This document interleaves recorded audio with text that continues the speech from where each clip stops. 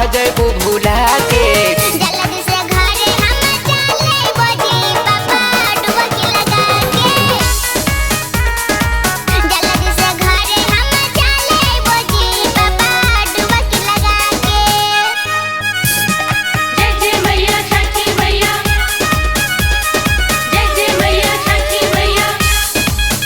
Music by Neha Studio.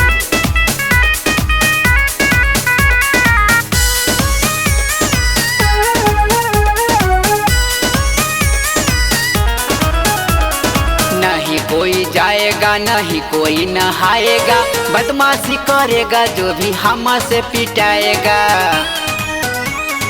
जय जय छठी माँ। पापा सुना तोरा संगे हम नहीं जाएंगे, छठ ना जाने के लिए मम्मी को मनाएंगे।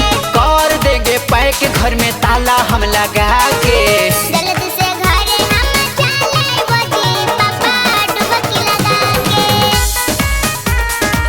जल्दी से घरे हम चले बोजी पापा डुबकी लगा के। जय जय मैया छठी मैया, सूरज देव आदित्य माँ। जय जय छठी माँ, जय जय छठी माँ। अर्घ देने जाएंगे तो मास्क भी लगाएंगे, सोशल डिस्टेंसिंग का पालन भी चलाएंगे।